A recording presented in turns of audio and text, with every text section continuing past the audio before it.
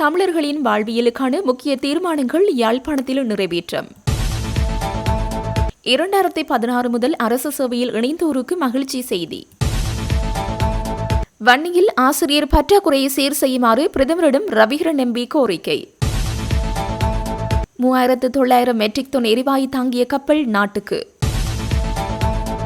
யாழ் மாநகர சபையிடம் தீயணைப்பு வாகனங்கள் இல்லை, அனர்த்தம் ஏற்பட்டால் பாரிய அழிவு, உறுப்பினர் எச்சரிக்கை. விடுதலை புலிகளின் தலைவர் சரணடைய விரும்பியதில்லை, சரத் பொன்சேகாவின் முன்னுக்கு பின் முரடான பேச்சு, சரத் வீரசகர குற்றச்சாட்டு. தமிழீழ விடுதலை புலிகளின் ஆயுதங்கள் தொடர்பில் அமெரிக்க உளவு பிரிவு வழங்கிய தகவல், உதய கமன்பில பகிரங்கம். மாநாட்டை ஏற்பாடு செய்த பிக்கு ரகசியமாக வெளிநாடு பயணம், ராஜபக்ச நிக்காயாவுக்குள் குழப்பம். டில்வின் சில்வாவின் கருத்து தொடர்பில் சுரேஷ் பிரேமச்சந்திரன் சந்தேகம். ஜிஎஸ்பி பிளஸ் வரிச்சலுகையை தக்க வைத்துக் கொள்ள பிரான்ஸ் ஜனாதிபதியிடம் உதவி கோரிய அனுர. நுவரெலியா நகரம் பாதுகாப்பாக உள்ளது, மாவட்ட செயலாளர். ஜனாதிபதிக்கு சவால் விடுத்த ஜீவன். வடக்கில் தேசிய மக்கள் சக்தி காலூன்றியது எப்படி, ஆர்வத்துடன் செவிமடுத்த பிரித்தானிய பிரதமர் டேவிட் லமி. ரணில் சம்பிக்க சந்திப்பு, நிலக்கரி மோசடி குறித்த ஆராய்வு. கொழும்பு துறைமுகத்தில் மீண்டும் நெருக்கடி, கொள்கலன்களை விடுவிப்பதில் தாமதம் என்கிறது கொள்கலன் போக்குவரத்து உரிமையாளர் சங்கம். இன அழிப்பு செயற்பாடுகள் மீள நிகழாமையை உறுதி செய்ய அரசாங்கம் நடவடிக்கை எடுக்க வேண்டும் என்று ஜனநாயக தமிழ் தேசிய கூட்டணியின் பேராளர் மாநாட்டில் கோரிக்கை விடுக்கப்பட்டுள்ளது. இந்த கோரிக்கை உள்ளிட்ட 15 தீர்மானங்கள் மாநாட்டில் நிறைவேற்றப்பட்டுள்ளதாக ஜனநாயக தமிழ் தேசிய கூட்டணி வெளியிட்டுள்ள அறிக்கையில் குறிப்பிடப்பட்டுள்ளது. ஜனநாயக தமிழ் தேசிய கூட்டணியின் முதலாவது பேராளர் மாநாடு யாழ்ப்பாணம் சாவகச்சேரி நகரசபை பொன்விழா மண்டபத்தில் இன்று நடைபெற்றது. அரசாங்கம் கொண்டுவர விரும்பும் புதிய அரசியலமைப்பானது சமஷ்டி அரசியல் முறைமை அடிப்படையாக கொண்டு அமைய வேண்டும் எனவும் ஜனநாயக தமிழ் தேசிய கூட்டணியின் பேராளர் மாநாட்டில் தீர்மானம் நிறைவேற்றப்பட்டுள்ளது. அத்துடன் பழைய முறைப்படி மாகாண சபை தேர்தலை நடத்தி மாகாண அதிகாரத்தை மக்கள் பிரதிநிதிகளிடம் வழங்குவதற்கு அரசாங்கம் நடவடிக்கை எடுக்க வேண்டும் எனவும் இந்த மாநாட்டில் வலியுறுத்தப்பட்டுள்ளது. மேலும் 45 வருடங்களுக்கு முன்னர் தற்காலிக ஏற்பாடாக கொண்டுவரப்பட்ட பயங்கரவாத தடை சட்டம் தமிழ் மக்களின் விடுதலை போராட்டத்தை நசுக்குவதற்காக கொண்டுவரப்பட்டதாகவும் இதன்போது கூறப்பட்டுள்ளது. இந்த சட்டத்தின் கீழ் நூற்றுக்கணக்கான இளைஞர் யுவதிகள் கைது செய்யப்பட்டு சித்திரவதைகளுக்கு உள்ளாக்கப்பட்டதாகவும் ஜனநாயக தமிழ் தேசிய கூட்டணியின் பேராளர் மாநாட்டில் குறிப்பிடப்பட்டுள்ளது. எனவே ஜனாதிபதியின் உறுதிமொழிக்கு அமைய பயங்கரவாத தடை சட்டம் முற்றுமுழுதாக இல்லாதொழிக்கப்பட வேண்டும் எனவும் பேராளர் மாநாட்டில் கோரிக்கை விடுக்கப்பட்டுள்ளது. இந்த நிலையில் இலங்கை தமிழர்களுக்கு எதிராக ஸ்ரீலங்கா அரசு நடத்திய இன அழிப்பு, போர் குற்றங்கள், மனித குலத்துக்கு எதிரான குற்றங்கள் யாவும் அங்கீகரிக்கப்பட்ட ஒரு பன்னாட்டு நீதித்துறை கட்டமைப்பின் ஊடாக விசாரணை செய்யப்பட்டு பரிகார நீதி வழங்கப்பட வேண்டும் எனவும் இதன்போது வலியுறுத்தப்பட்டுள்ளது. அத்துடன் சிறைச்சாலைகளில் மிக நீண்ட காலமாக தடுத்து வைக்கப்பட்டுள்ள தமிழ் அரசியல் கைதிகளை விடுதலை செய்வதற்கு அரசாங்கம் நடவடிக்கை எடுக்க வேண்டும் எனவும் பேராளர் மாநாட்டின் ஊடாக கோரிக்கை விடுப்பதாக ஜனநாயக தமிழ் தேசிய கூட்டணியின் அறிக்கையில் சுட்டிக்காட்டப்பட்டுள்ளது. மேலும் மீண்டும் ஒரு போர் ஏற்படுவதற்கான அச்சம் இல்லாத நிலையிலும் அரசியல் கைதிகள் தொடர்பில் சிறையில் அடைக்கப்பட்டிருப்பது சுட்டிக்காட்டப்பட்டுள்ளது. அத்தோடு சிறையில் உள்ள இளைஞர்கள் தங்களது எஞ்சிய காலத்தையாவது அமைதியும் சமாதானமும் நிறைந்த சூழலில் வாழ்வதற்கு அரசாங்கம் உடனடி நடவடிக்கை எடுக்க வேண்டும் என இம்மாநாடு கோரிக்கை விடுக்கப்பட்டுள்ளது. வலிந்து காணாமலாக்கப்பட்டோருக்காக பல ஆண்டுகளாக தொடர்ச்சியாக போராட்டங்கள் முன்னெடுக்கப்பட்டு வருகின்றன. பாதிக்கப்பட்டவர்களுக்கு இதுவரை உரிய நீதி கிடைக்கவில்லை என்பது கவலைக்குரியது. இந்நிலையில் காணாமலாக்கப்பட்டவர்களின் உறவுகளுக்கு அரசாங்கம் உடனடியாக நீதியை வழங்க வேண்டும் என இம்மாநாடு வலியுறுத்தப்பட்டுள்ளது. இந்திய இழுவைமடை படகுகள் மற்றும் சட்டவிரோத மீன்பிடி முறைகளால் 46,000 குடும்பங்களை சேர்ந்த 2 லட்சத்திற்கும் அதிகமான மக்கள் வாழ்வாதாரத்தை இழந்து கடுமையாக பாதிக்கப்பட்டுள்ளனர். 2016 ஆண்டு இலங்கை இந்திய அரசுகள் மேற்கொண்ட கூட்டு இணக்கப்பாட்டின் அடிப்படையில் மீண்டும் பேச்சுவார்த்தைகளை ஆரம்பிக்க வேண்டும். 1996 மற்றும் 2017 ஆண்டின் கடற்றொழில் சட்டங்களை உறுதியாக நடைமுறைப்படுத்துவதுடன் கடற்றொழிலாளர் கிராமங்களில் உள்ள படைத்தரப்பினரை வெளியேற்றி கடற்றொழிலாளர்களின் பாதுகாப்பை உறுதிப்படுத்த வேண்டும் எனவும் இம்மாநாட்டில் வலியுறுத்தப்பட்டுள்ளது. மேலும் சீரற்ற வானிலை காரணமாக நெல்லை உலர்த்த முடியாமலும் நிர்ணய விலைக்கு விற்க முடியாமலும் விவசாயிகள் பாதிக்கப்பட்டுள்ளனர். இம்முறை 8 லட்சம் ஹெக்டேர் நிலப்பரப்பில் 30 லட்சம் மெட்ரிக் டன் நெல் அறுவடை எதிர்பார்க்கப்படுவதால் நிர்ணய விலையில் முழு நெல்லையும் கொள்வனவு செய்ய அரசாங்கம் போதிய நிதியை ஒதுக்க வேண்டும் எனவும் கோரிக்கை விடுக்கப்பட்டுள்ளது. அத்துடன் வடக்கு மாகாணத்திற்கு மகாவலி நீர் பெறுவதற்கான வாய்ப்புகள் இல்லை என தெரிந்து மகாவலி எல் வலயம் என்ற பெயரில் சிங்கள குடியேற்றங்கள் முன்னெடுக்கப்படுவதாக இம்மாநாடு குற்றம் சாட்டுகிறது. வவுனியா வடக்கு பிரதேசத்திலும் இவ்வாறான திட்டமிட்ட குடியேற்றங்கள் மூலம் தமிழ் கிராமங்கள் மற்றும் விவசாய நிலங்களை மூழ்கெடுக்கக்கூடிய கிவிலோயா திட்டத்தை உடனடியாக கைவிட வேண்டும் என வலியுறுத்தப்பட்டுள்ளது. மேலும் ஜனாதிபதி பதவிக்கு வந்ததும் தமிழ் மக்களிடமிருந்து பறிக்கப்பட்ட காணிகள் விடுவிக்கப்படும் என உறுதியளித்திருந்தும் 16 மாதங்கள் கடந்தும் இன்னும் காணிகள் விடுவிக்கப்படவில்லை. ராணுவ கட்டுமானங்கள் தொடர்வது தமிழ் மக்கள் மீதான பாரபட்சத்தை காட்டுவதாகவும் வெற்று வாக்குறுதிகளை தவிர்த்து உடனடியாக மக்களின் வதிவிடங்களை விடுவிக்குமாறும் கோரப்பட்டுள்ளது. அத்துடன் தொல்லியல் மற்றும் வனவள திணைக்களங்கள் ஊடாக தமிழ் மக்களின் நிலங்கள் பறிக்கப்படுவதையும் சட்டவிரோதமாக புத்த கோயில் கட்டுமானங்களையும் தடுத்து விசாரணை நடாத்த வேண்டும் என குறித்த மாநாட்டில் வலியுறுத்தப்பட்டுள்ளது. அது மட்டுமின்றி மயிலத்தமடு மாதவனை போன்ற மேய்ச்சல் துறை ஆக்கிரமிப்புகளை தடுத்து பாகரை பிரதேசத்தில் சட்டவிரோத ராள் பண்ணைகள் மற்றும் கனிமகழ்வுகளை நிறுத்த வேண்டும் எனவும் கோரிக்கை விடுக்கப்பட்டது. மேலும் அம்பாறை மாவட்டத்தில் உள்ள கல்முனை வடக்கு தமிழ் பிரதேசிய பிரிவை முழுமையான அதிகாரங்கள் கொண்ட செயலகமாக தரம் உயர்த்த வேண்டும். கடந்த 4 தசாப்தங்களாக இதற்காக தமிழ் மக்கள் தொடர்ச்சியாக போராடி வருகின்றனர். கடந்த கால அரசாங்கங்கள் இப்பிரச்சனையை தீர்க்காமல் மக்களை ஏமாற்றி இப்பகையை வளர்க்கும் விதமாக செயற்பட்டுள்ளன. இதன்படி அனைவரும் இலங்கையர் என கூறும் தற்போதைய அரசு கல்முனை தமிழர்களுக்கு இழைக்கப்படும் இந்த நீண்டகால அநீதிக்கு உடனடியாக தீர்வு காண வேண்டும் என வலியுறுத்தப்பட்டுள்ளது. மேலும் பிரஜாசக்தி திட்டத்தை இலங்கை அரசு உடனடியாக கைவிட வேண்டும் என இந்த மாநாட்டில் வலியுறுத்தப்பட்டுள்ளது. அத்துடன் மாகாண சபை நிர்வாகத்துடன் சட்ட ரீதியான தொடர்பில்லாத ஆளும் கட்சியின் நாடாளுமன்ற உறுப்பினர்களை உள்வாங்கி கல்வி, சுகாதாரம், விவசாயம் உள்ளிட்ட துறைகளின் பொறுப்புகளை வடமாகாண ஆளுநர் பகிர்ந்து வழங்கியுள்ளார். இந்த செயல் சட்டவிரோதமானது மற்றும் மாகாண சபை நிர்வாகத்தை சிறுமைப்படுத்தும் நடவடிக்கையாகும். ஆளுநர் இந்த சட்டவிரோத நடவடிக்கையை உடனடியாக கைவிட வேண்டும் என கோரிக்கை விடுக்கப்பட்டுள்ளமை குறிப்பிடத்தக்கது. 3900 மெட்ரிக் டன் எரிவாயுவை ஏற்றிய கப்பல் இன்று நாட்டை வந்தடைந்துள்ளது. லிட்ரோ எரிவாயு நிறுவனத்தை மேற்கோள் காட்டி அரசாங்க தகவல் திணைக்களம் விடுத்துள்ள அறிக்கையில் இதை பயன்படுத்தி 3 லட்சம் வீட்டு சமையல் எரிவாயு சிலிண்டர்கள் சந்தைக்கு விநியோகிக்கப்பட உள்ளதாக தெரிவிக்கப்பட்டுள்ளது. மேலும் 3900 மற்றும் 3700 மெட்ரிக் டன் எரிவாயு ஏற்றிய மேலும் 2 கப்பல்கள் முறை எதிர்வரும் 24 மற்றும் 28ஆம் தேதிகளில் நாட்டை வந்தடைய உள்ளன. எவ்வாறாயினும் இன்றைய தினமும் நாட்டின் பல பகுதிகளில் எரிவாயு தட்டுப்பாடு நிலவுவதாக தகவல்கள் வெளியாகியுள்ளன. கடந்த சில நாட்களாக நாட்டின் பல பாகங்களில் லிட்ரோ மற்றும் லாப்ஸ் எரிவாயு தட்டுப்பாடு நிலவுவதாக நுகர்வோரிடமிருந்து முறைப்பாடுகள் கிடைத்துள்ளதுடன் சில இடங்களில் எரிவாயுவை பெற்றுக் கொள்வதற்காக மக்கள் நீண்ட வரிசைகளில் காத்திருப்பதையும் காணக்கூடியதாக இருந்தது. தற்போதைய நிலைமை குறித்து கருத்து தெரிவித்துள்ள லிட்ரோ நிறுவனம் போதுமான கையிருப்பை பேணுவதற்காக புதிய கட்டளைகள் வழங்கப்பட்டுள்ளதாகவும் பிப்ரவரி மாத இறுதிக்குள் 3 எரிவாயு கப்பல்கள் வரவுள்ளதாகவும் தெரிவித்துள்ளது. எதிர்வரும் மார்ச் மாதம் 12ஆம் தேதி முதல் அதிகளவான லிட்ரோ எரிவாயு சிலிண்டர்களை சந்தைக்கு விநியோகிக்க எதிர்பார்ப்பதாக வர்த்தக அமைச்சர் வசந்த சமரசிங்க அண்மையில் தெரிவித்திருந்தார். எவ்வாறாயினும் எரிவாயு விநியோகிக்கப்படும் சரியான திகதி குறித்து லிட்ரோ நிறுவனம் தமக்கு இதுவரை அறிவிக்கவில்லை என வர்த்தகர்கள் கவலை தெரிவிக்கின்றனர். இந்த ஆண்டு இறுதியில் காலாவதியாகும் ஐரோப்பிய ஒன்றியத்தின் GSP+ வரிச்சலுகையை தக்க வைத்துக் கொள்வதற்காக பிரான்ஸ் ஜனாதிபதி இமானுவேல் மக்ரோனிடம் ஜனாதிபதி அனுர உதவி கோரியுள்ளார். புதுடில்லியில் பிரான்ஸ் ஜனாதிபதி இமானுவேல் மக்ரோனுடன் நடந்த பேச்சுவார்த்தைகளின் போது இந்த வர்த்தக சலுகையை தக்க வைத்துக் கொள்வதற்கு உதவும்படி ஜனாதிபதி அனுரகுமார திசாநாயக்க கோரிக்கை விடுத்துள்ளார். புதுடில்லியில் நடந்த செயற்கை நுண்ணறிவு தாக்க உச்சி மாநாட்டின் பக்க நிகழ்வாக இரு தலைவர்களும் இருதரப்பு பேச்சுகளை நடாத்தினர். ஜனாதிபதி அனுரவின் கோரிக்கை அடுத்து GSP+ வசதியை தக்க வைத்துக் கொள்வதற்கு இலங்கை பிரான்ஸ் முழு ஆதரவை வழங்கும் என்று ஜனாதிபதி மக்ரோன் உறுதியளித்துள்ளார் என்று வெளிவிவகார அமைச்சர் விஜிதஹேர தெரிவித்துள்ளார். மேலும் இலங்கையுடனான பல்வேறு வர்த்தக உடன்பாடுகள் மூலம் கூடுதல் சலுகைகளை வழங்குவதாகவும் பிரான்ஸ் ஜனாதிபதி உறுதியளித்துள்ளார் என்றும் அவர் குறிப்பிட்டுள்ளார். கடந்த ஆண்டு டிசம்பரில் GSP+ வரிச்சலுகை காலாவதியாக உள்ள நிலையில் இலங்கை அரசாங்கம் மீண்டும் அதற்கு விண்ணப்பிக்க திட்டமிட்டுள்ளதாகவும் விஜிதஹேர தெரிவித்தார். யாழ் கொக்குவில் இந்து கல்லூரி இடைநிலை மாணவர் அனுமதியின் போது கல்வி அமைச்சினால் வெளியிடப்பட்ட சுற்று நிறுவனங்களை மீறும் வகையில் மாணவர் அனுமதி இடம்பெற்றமை முதற்கட்ட விசாரணைகளில் அவதானிக்கப்பட்டுள்ளதாக இலங்கை மனித உரிமைகள் ஆணைக்குழுவின் யாழ் பிராந்திய இணைப்பாளர் டி கனகராஜ் தெரிவித்தார். குறித்த பாடசாலையில் மாணவர் அனுமதி தொடர்பாக பெற்றோர் ஒருவரால் முன்வைக்கப்பட்ட முறைப்பாடு தொடர்பில் எடுக்கப்பட்ட நடவடிக்கை தொடர்பில் அவரிடம் வினவிய போதே அவர் இவ்வாறு தெரிவித்தார். அவர் மேலும் தெரிவிக்கையில் குறித்த பாடசாலை இடைநிலை மாணவர் ஒருவரின் பாடசாலை அனுமதி தொடர்பில் பெற்றோர் யாழ் இலங்கை மனித உரிமைகள் ஆணைக்குழுவின் யாழ் பிராந்திய அலுவலகத்தில் முறைப்பாடு பதிவு செய்யப்பட்டது. குறித்த முறைப்பாட்டின் அடிப்படையில் ஆரம்பகட்ட விசாரணைகளை மேற்கொண்ட போது இடைநிலை மாணவர்களுக்கான கல்வி அமைச்சின் சுற்று நிருபங்களை மீறும் வகையில் பாடசாலை அதிபர் செயற்பட்டமை அவதானிக்கப்பட்டுள்ளது. குறித்த முறைப்பாட்டின் அடிப்படையில் ஆரம்பகட்ட விசாரணைகளை மேற்கொண்ட போது இடைநிலை மாணவர்களுக்கு கல்வி அமைச்சின் சுற்று நிருபங்களை மீறும் வகையில் பாடசாலை அதிபர் செயற்பட்டமை அவதானிக்கப்பட்டுள்ளது. மேலும் குறித்த விடயம் தொடர்பில் வலயக்கல்வி அலுவலகத்திடம் விளக்கம் கேட்கப்பட்ட நிலையில் மேலதிக விசாரணைகள் தொடர்ந்து இடம்பெறும் என அவர் மேலும் தெரிவித்தார்.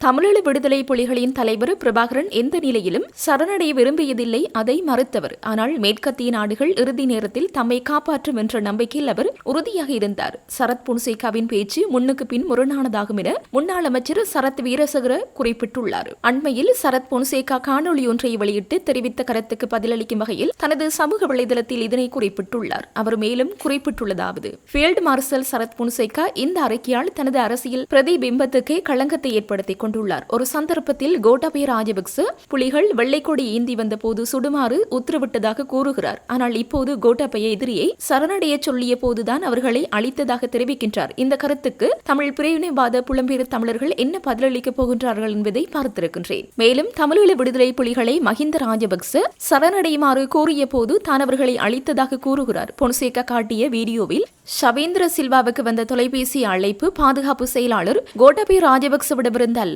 அது வேறொரு தரப்பின் பரிந்துரையாக இருக்கக்கூடும். வெளிநாட்டு தொடர்புகளை கொண்டிருந்த தமிழீழ விடுதலை புலிகளின் தலைவர் பிரபாகரன் நடத்திய 30 ஆண்டு யுத்தத்தின் இறுதியில் சரணடைதல் என்பது ஒரு படை தளபதியின் மட்டத்தில் தீர்மானிக்கக்கூடிய எளிய செயல் அல்ல. அது அரசியல் மற்றும் சர்வதேச இடைத்தரகர்களின் உயர்மட்ட தீர்மானமாகும் என்று தெரிவித்தார். யாழ் குடாநாட்டில் தீயனர்த்தம் ஒன்று ஏற்பட்டால் அது பாரிய அழிவுகளை ஏற்படுத்தும் என யாழ் மாநகர சபை உறுப்பினர் முத்துக்குமார் உதயஸ்ரீ எச்சரித்துள்ளார். யாழ் சாவகச்சேரியில் இடம்பெற்ற நிகழ்வொன்றில் ஊடகவியலாளர்களுக்கு கருத்து தெரிவிக்கும் போது அவர் இந்த எச்சரிக்கையை விடுத்தார். அங்கு அவர் மேலும் கருத்து தெரிவிக்கையில் தீய அனர்த்தத்தை எதிர்கொள்ளக்கூடிய சக்தியுடன் மாநகர சபையின் தீயணைப்பு பிரிவு இல்லை என அவர் குறிப்பிட்டார். மேலும் யாழ் மாநகர சபையிடம் தற்போது தீயணைப்பு வாகனங்கள் எவையும் இல்லை எனவும் நீர் விநியோகிக்கும் வாகனம் ஒன்றே தற்காலிக தீயணைப்பு பணியில் ஈடுபட்டுள்ளதாகவும் அவர் சுட்டிக்காட்டினார். 1983ஆம் ஆண்டு யாழில் ஏற்பட்ட தீ விபத்தை போன்று அதன் பின்னர் ஏற்படவில்லை எனவும், ஆனால் அவ்வாறானதொரு அனர்த்தம் ஏற்பட்டால் அதனை கட்டுப்படுத்தும் சக்தி யாழ் மாநகர சபையிடம் இல்லை எனவும் தெரிவித்தார். ஆகவே யாழ் மாநகர சபையின் கீழ் இயங்கும் தீயணைப்பு பிரிவை தனியான பிரிவாக அமைத்து அதற்கான வசதியை பெற்றுக் கொடுக்க வேண்டும் என்றார். நிலக்கரி கொள்வனவு மோசடி குறித்து ஐக்கிய குடியரசு முன்னணியின் தலைவரும் முன்னாள் அமைச்சருமான பாட்டலிச்சம்பிக்க ரணவக்க முன்னாள் ஜனாதிபதி ரணில் விக்ரமசிங்கவுடன் நேற்று முன்தினம் கலந்துரையாடியுள்ளார். நிலக்கரி கொள்வனவு மோசடி குறித்து ஆராய்ந்து உரிய சட்ட நடவடிக்கைகளை முன்னெடுக்குமாறு முன்னாள் ஜனாதிபதி ரணில் விக்ரமசிங்க பாட்டலிச்சம்பிக்கவிடம் குறிப்பிட்டுள்ளார். முன்னாள் பாராளுமன்ற உறுப்பினர் பாட்டலிச்சம்பிக்க கடந்த 17ஆம் தேதி லஞ்ச அல்லது ஊழல் பற்றிய ஆணைக்குழுவில் முன்னிலையாகி நிலக்கரி கொள்வனவில் இடம்பெற்ற மோசடி குறித்து முறைப்பாடு அளித்துள்ளார். அத்துடன் கொள்வனவு தொடர்பான தகவல்களையும் ஆணைக்குழுவில் சமர்ப்பித்துள்ளார். தரமற்ற நிலக்கரி கொள்வனவினால் 7,672 மில்லியன் ரூபாய் நட்டம் ஏற்பட்டுள்ளதாக இலங்கை மின்சார சபை குறிப்பிட்டுள்ளது. 2026-2019ஆம் தேதி வரையான காலப்பகுதியில் புதிய விநியோகஸ்தர்களின் கீழ் 8 நிலக்கரி கப்பல்களூடாக நிலக்கரி கொண்டுவரப்பட்டுள்ளதுடன் இதனால் 7,672 மில்லியன் ரூபாய் நட்டம் ஏற்பட்டுள்ளது. இலங்கை மின்சார சபை பாராளுமன்ற துறைசார் மேற்பார்வை குழுவில் குறிப்பிட்டுள்ளதாக பாட்டலிச்சம்பிக்க ரணவக்க குறிப்பிட்டுள்ளார். இந்த ஊழல் மோசடி தொடர்பில் பாட்டலிச்சம்பிக்கு முன்னாள் சபாநாயகர் கரு ஜெயசூரிய உட்பட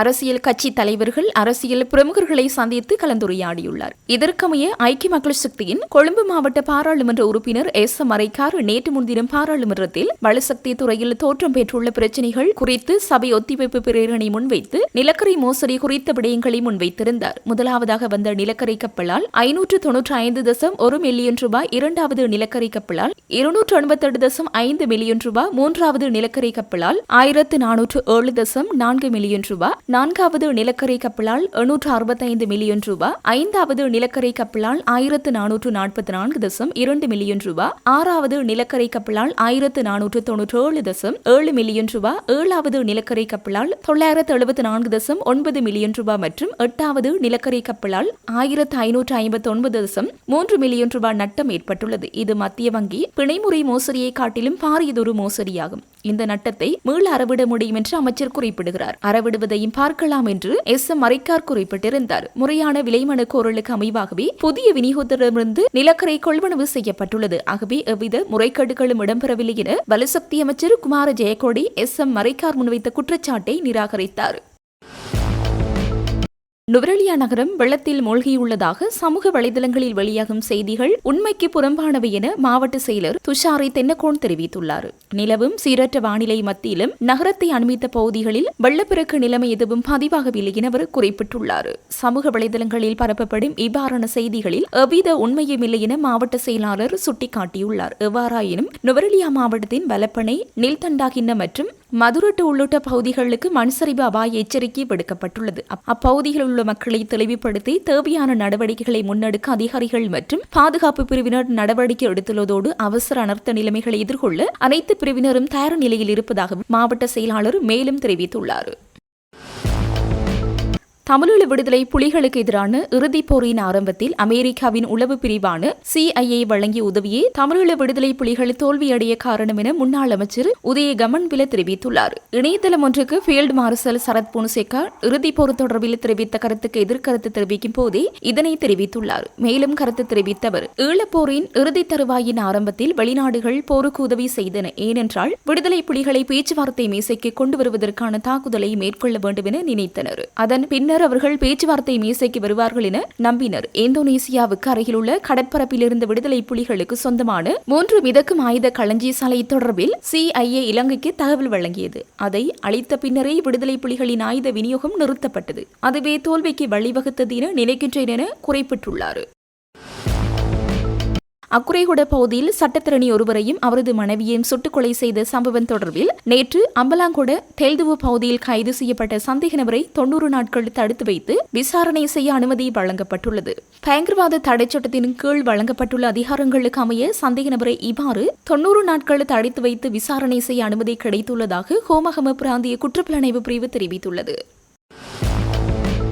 இந்திய விஜயத்தின் போது 13வது திருத்தம் அல்லது அதிகார பகிர்வு குறித்து பேசப்படவில்லை என JVP கூறுவதில் எந்த அளவுக்கு உண்மை இருக்கின்றது என தெரியவில்லை என்று ஜனநாயக தமிழ் தேசிய கூட்டணியின் ஊடக பேச்சாளர் சுரேஷ் பிரேமச்சந்திரன் தெரிவித்துள்ளார். அண்மையில் இந்தியாவுக்கு மேற்கொண்ட உத்தியபுர விஜயத்தின் போது அரசமைப்புக்கான 13வது திருத்தம் மற்றும் அதிகார பகிர்வு உள்ளிட்ட விடயங்கள் தொடர்பில் எதுவும் பேசப்படவில்லை என JVPயின் பொதுச் செயலாளர் டில்வின் சில்வா குறிப்பிட்டிருந்தார். இது குறித்து ஊடகங்களிடம் கருத்துரைத்த சுரேஷ் பிரேமச்சந்திரன் இக்கூற்று தொடர்பில் தனது சந்தேகத்தை வெளியிட்டுள்ளார். இலங்கை அரசின் பிரதிநிதிகளுடனான சந்திப்புகளின் போது இந்தியா இந்த விடயங்கள் குறித்து அழுத்தமாகவோ அல்லது மேலோட்டமாகவோ தொடர்ந்து வலியுறுத்தி வந்துள்ளது. இவ்வாறான பின்னணியில் இம்முறை இது பற்றி பேசப்படவில்லை என டில்வின் சில்வா கூறுவது எந்த அளவுக்கு உண்மையாக இருக்க முடியும் என்றும் அவர் கேள்வி எழுப்பியுள்ளார். மேலும் இது தொடர்பில் இந்தியாவை தெளிவான விளக்கத்தை அளிக்க வேண்டும் என்றும் அவர் சுட்டிக்காட்டியுள்ளார். இந்தியாவின் அழுத்தங்களுக்கு அப்பால் மாகாண சபை தேர்தலை விரைந்து நடத்த வேண்டிய கடப்பாடு அரசுக்கு இருப்பதாக குறிப்பிட்ட அவர் அந்த தேர்தலை உடனடியாக நடாத்துவதற்கான பொறுப்பை அரசு நிறைவேற்ற வேண்டும் என்றும் வலியுறுத்தியுள்ளார். வன்னி மாவட்டத்தில் நிலவும் சமச்சீரற்ற ஆசிரியர் பரம்பலை சீர்படுத்தி மாணவர்களின் கல்வி உரிமையை பாதுகாக்குமாறு நாடாளுமன்ற உறுப்பினர் துரைராசா ரவிகரன் பிரதமர் ஹரிணி அமரசூரியவிடம் கடிதம் மூலம் கோரிக்கை விடுத்துள்ளார். வடமாகாணத்தில் இந்த நாகரிக பாடத்திற்கு 32 ஆசிரியர்களும், வன்னி மாவட்டத்தில் கர்நாடக சங்கீத பாடத்திற்கு 46 ஆசிரியர்களும் பற்றாக்குறையாக உள்ளனர். யாழ்ப்பாணத்தில் சங்கீத பாடத்திற்கு ஆசிரியர்கள் மிகையாக உள்ள போதிலும் வன்னி பாடசாலையில் போதிய ஆசிரியர்கள் இன்றி மாணவர்கள் அப்பாடத்தை கற்க முடியாத நிலை காணப்படுகிறது. அண்மையில் வெளியான ஆசிரியர் ஆட்சியிருப்பு வர்த்தமானியில் இப்பாடங்களுக்கான வெற்றிடங்கள் சரிவர கவனிக்கப்படவில்லை என்பதை சுட்டிக்காட்டியுள்ள அவர் விரைவான தீர்வை வலியுறுத்தியுள்ளார். இது தொடர்பாக நாடாளுமன்ற குழு கூட்டத்தில் வலியுறுத்தப்பட்ட நிலையில் வடமாகாண ஆளுநரோடாக இந்த சமச்சீரற்ற நிலைமையை சீர் செய்ய நடவடிக்கை எடுக்கப்படும் என கல்வி அமைச்சின் மேலதிக செயலாளர் உறுதியளித்துள்ளார். முன்னெப்போதும் இல்லாத வகையில் சிங்கள தேசிய கட்சிகளில் ஒன்றான தேசிய மக்கள் சக்தி வடக்கில் காலூன்றுவதற்கு வழிவகுத்த பின்னணிக்கான காரணங்கள் குறித்து பிரித்தானிய பிரதமர் டேவிட் லமி சிவில் சமூக பிரதிநிதிகளிடம் ஆர்வமாக கேட்டறிந்துள்ளார். உத்தியபுர விஜயம் ஒன்றை மேற்கொண்டு கடந்த வாரம் நாட்டுக்கு வருகை தந்திருந்த பிரித்தானிய பிரதமர் டேவிட் லமிக்கும் சிவில் சமூக பிரதிநிதிகளுக்கும் இடையில் கொழும்பில் நடைபெற்ற சந்திப்பில் சிவில் சமூகத்தின் சார்பில் கலாநிதி அகிலன் கதிர்ஹாமர், ஜனாதிபதி சட்டத்திரணி சாலிய பீரிஸ், சட்டத்திரணி ரணிதா ஞான ஞானராஜா, சட்டத்திரணி கௌதமன், பெண்கள் உரிமை செயற்பாட்டாளர் நபீலா இக்பால் ஆகியோர் கலந்து கொண்டிருந்தனர். இதன்போது டிட்வா சூறாவளியினால் ஏற்பட்ட தாக்கங்கள் மற்றும் அவற்றிலிருந்து நாட்டை மீள கட்டியெழுப்புவதற்கு மேற்கொள்ளப்பட்டு வரும் முயற்சிகள், சிறுபான்மையின மக்களின் உரிமைகள், பயங்கரவாத தடைச்சட்டம் மற்றும் அதற்கு பதிலீடாக முன்மொழியப்பட்டுள்ள புதிய வரைவு, நீதி மற்றும் பொறுப்புக்குரல் இனமும் உறுதிப்படுத்தப்படாமை, மாகாண சபை தேர்தல்களை நடாத்துவதில் தொடரும் காலதாமதம், புதிய அரசியலமைப்பு உருவாக்க விவகாரத்தில் நிலவும் பின்னடைவு, முஸ்லிம் விவாகரத்து சட்டம் உள்ளிட்ட பல்வேறு விடயங்கள் தொடர்பில் கலந்துரையாடப்பட்டது. அதேவேளை முன்னெப்போதும் இல்லாத வகையில் சிங்கள தேசிய கட்சிகளில் ஒன்றான தேசிய மக்கள் சக்தி கடந்த தேர்தல்களின் போது வடக்கில் காலூன்றுவதற்கு வழிகோலிய காரணிகள் குறித்து பிரித்தானிய பிரதமருக்கு விளக்கம் அளிக்கப்பட்டது. அதனை அவ்வப்போது கேள்விகள் எழுப்பி ஆர்வத்துடன் கேட்டறிந்த பிரதமர் டேவிட் லமி இம்மாற்றத்தின் வெவ்வேறு பரிணாமங்கள் தொடர்பிலும் கேட்டறிந்தார்.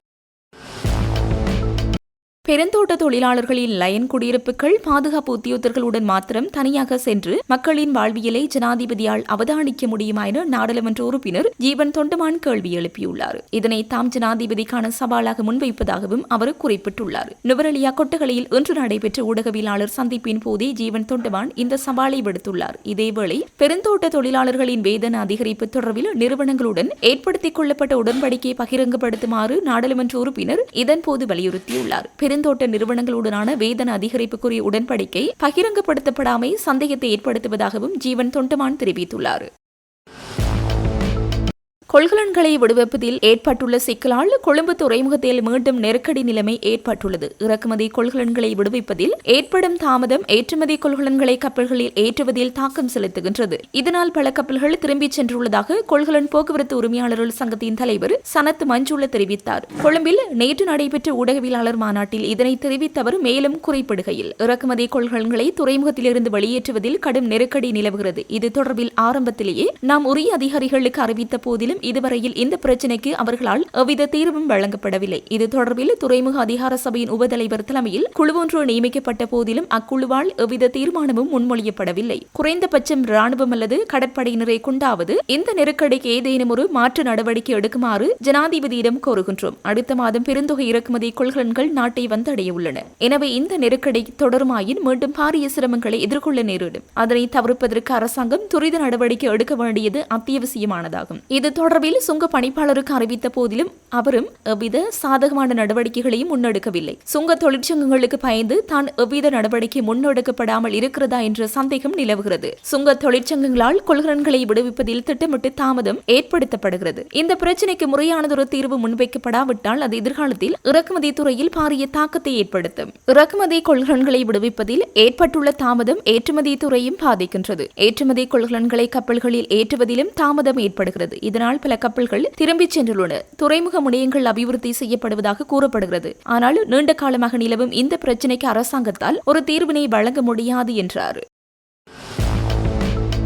கல்வி சீர்திருத்த செயற்பாடுகளை முறையாக முன்னெடுத்துச் செல்வதற்கு ஜனாதிபதியினால் நிபுணர் குழு ஒன்று நியமிக்கப்பட உள்ளதாக துறைமுகங்கள் மற்றும் சிவில் விமான போக்குவரத்து அமைச்சர் அருண கருணாதிலக்கு தெரிவித்துள்ளார். நேற்று முன்தினம் யாழ்ப்பாணத்தில் நடைபெற்ற கருத்தரங்கொன்றில் கலந்து கொண்டு உரையாற்றும் போதே அவர் இதனை தெரிவித்துள்ளார். அங்கு அவர் மேலும் கருத்து தெரிவித்த அமைச்சர், இந்த கல்வி சீர்திருத்த செயற்பாடுகள் நடைமுறைப்படுத்துவதற்காக 2026 ஆண்டுக்கு 17 பில்லியன் ரூபாய் ஒதுக்கப்பட்டுள்ளது. பாடசாலைகளின் உட்கட்டமைப்பு வசதிகளை மேம்படுத்துவதற்காக இந்த நிதி பயன்படுத்தப்படும். அத்துடன் 23,304 பட்டதாரி ஆசிரியர்களை ஆட்சேர்ப்பு செய்வதற்கான அமைச்சரவை அங்கீகாரம் பெறப்பட்டுள்ளது. இதற்காக விண்ணப்பங்கள் ஏற்கும் பணி மார்ச் 5ஆம் தேதியுடன் நிறைவடையும். அதன் பின்னர் ஆட்சேர்ப்பு நடவடிக்கைகளை எம்மால் முன்னெடுக்க முடியும். சாதாரண முறைமை வழமை போன்று தொடரும். ஆனால் புதிய பாடத்திட்ட மேம்பாட்டுடன் அதன் வடிவம் மாற்றமடையும். இந்த செயற்பாட்டின் கீழ் மதிப்பீட்டு முறைமைகள் அமல்படுத்தப்படும். எமது நாட்டை போன்ற சூழலில் ஆசிரியர் மற்றும் மாணவர் இடையிலான தனிப்பட்ட தொடர்புகள் காரணமாக சில சிக்கல்கள் எழக்கூடும் என்பதை நாம் அறிவோம். இது குறித்து கலந்துரையாடி அந்த விகிதாசாரங்கள் எவ்வாறு அமைய வேண்டும் என்பதை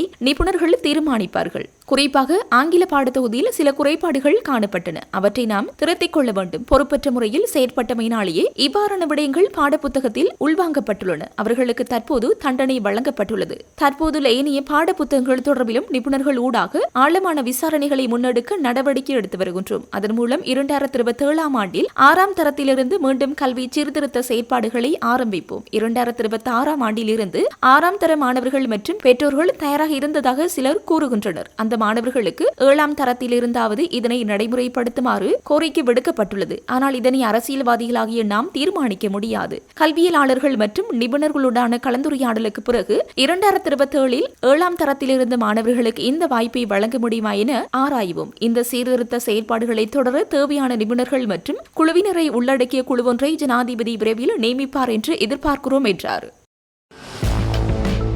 ஜனாதிபதி மற்றும் அரசாங்கம் மீதான நம்பிக்கை அதிகரித்துள்ளதாக ஆளும் கட்சி குறிப்பிடுகின்றது.